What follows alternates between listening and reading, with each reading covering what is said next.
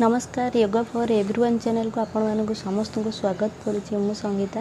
आज आम समस्ते आउ एक नुआ आसन शिखा जार नाम हूँ वज्रासन। वज्रासन कर सठिक प्रक्रिया एवं यह करने द्वारा आम शरीर में कौन उपकार होता है आसतु समस्ते आम ये वीडियो माध्यम जाना।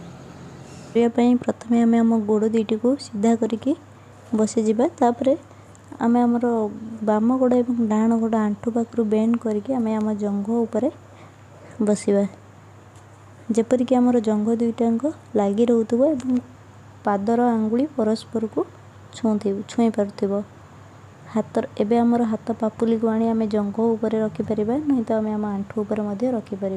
आमर मेरुदंड सीधा रहिबो। निश्वास प्रश्वास स्वाभाविक भाव नेबा। यही स्थिति रे आम गोटे मिनिट रहिबा। तापर धीरे धीरे आम आमर पूर्व अवस्था को फेरी आसिबा। एबे मन को शांत रखंतु एवं मानसिक चाप को दूर करंतु। वज्रासन नियमित अभ्यास करने द्वारा आमर आंठू एवं जंघर मांसपेशी शक्त होता है।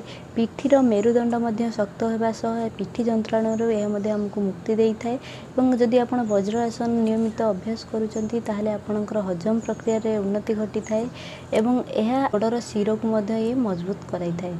आपंकर आंठू समस्या किंबा पाद गंठी जनित कौन भी समस्या अच्छी से माने आसन को अवॉइड करंतु से आसन करंतु नहीं अन्य माने समस्त ये आसन अभ्यास करें। आशा करूँ आपण मानक समस्त भिडियोटी निश्चय भल लगी आपण माने चैनल को लाइक करंतु शेयर करंतु एवं सब्सक्राइब करने को भूलंतु नहीं।